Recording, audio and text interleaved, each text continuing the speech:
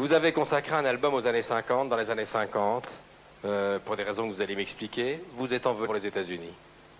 Ah oui, c'est-à-dire fatigué, enfin je vais abréger, n'est-ce pas, fatigué de chercher une maison de disques ici pour enregistrer avec Un orchestre comme celui-là. Parce que c'était difficile.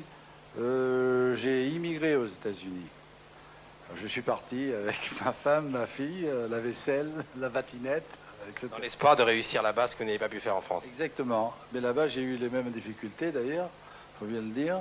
Mais enfin, ça m'a appris beaucoup de choses parce que je suis resté un certain temps. Et un beau jour, il est évident, j'ai reçu une lettre de Paris d'un monsieur, je dirai son nom, monsieur Thésée. S'il écoute, je le salue.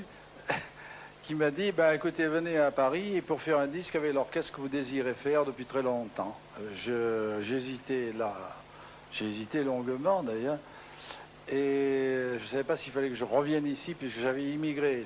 C'est quand même une responsabilité.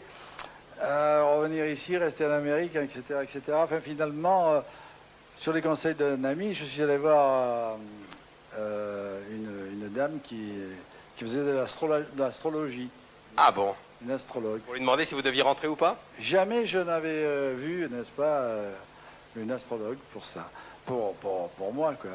Finalement, je suis allé, elle m'a dit, bien écoutez, je crois que vous hésitez à rentrer chez vous, rester ici pour faire un projet, votre projet que vous avez dans la tête. Je ne le connais pas exactement, mais je sais que vous avez un grand projet. Alors je vous donne un conseil, retournez chez vous, tout vous réussira et vous reviendrez aux États-Unis. Je suis retourné, je pris le bateau, puisqu'à cette époque-là, c'était difficile. Vous avez enregistré le disque? J'ai enregistré le premier disque, n'est-ce pas, au mois de mai, le 12 mai, il y a 30 ans, et puis j'ai plus eu d'histoire. Quel était le titre de ce premier album? C'était Tango Bleu, je ne sais pas s'il doit y avoir des gens. Tango Bleu, depuis il y en a une centaine qui circulent à travers, je l'ai dit au début de l'émission, 50 pays. Mais votre instrument de départ, c'est le violon.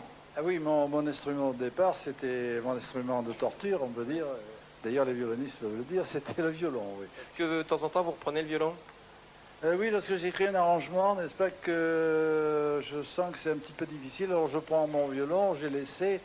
Si j'arrive à le faire à peu près, alors je dis, bon, bah moi, eux ont l'habitude, ils font ça toute la journée, ils vont le faire. Et lorsqu'un animateur de télévision vous demande comme ça en direct de reprendre le violon, qu'est-ce que vous lui dites? Ben, je lui dis non, en principe non. Je l'ai fait une fois pour vous, n'est-ce pas, lorsque... Oui, c'était pour RTL à Lille, je m'en souviens, avec l'orchestre de Lille. L'orchestre de Lille, j'avais repris le violon, non, mais je vous avais fait une surprise, là. Et là, vous ne pouvez pas m'en faire une deuxième. Non, mais ça, c'est difficile, j'ai plus joué depuis. Écoutez, même Barbara Streisand s'est laissée faire l'autre jour, elle a chanté. Vous pouvez m'y reprendre le violon?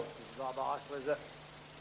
Comment? Si Barbara... Non, je voudrais voir si Franck Pourcel, violoniste, a encore quelques beaux restes.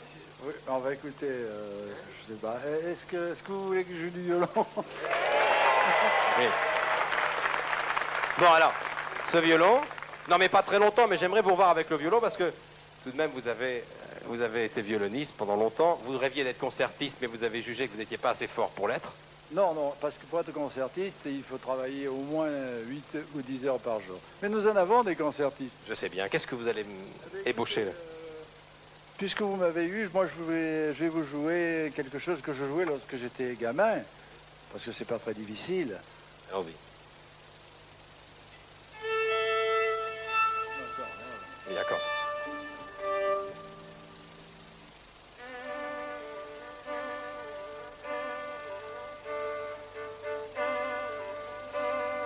Ça va plaire en Bretagne, ça.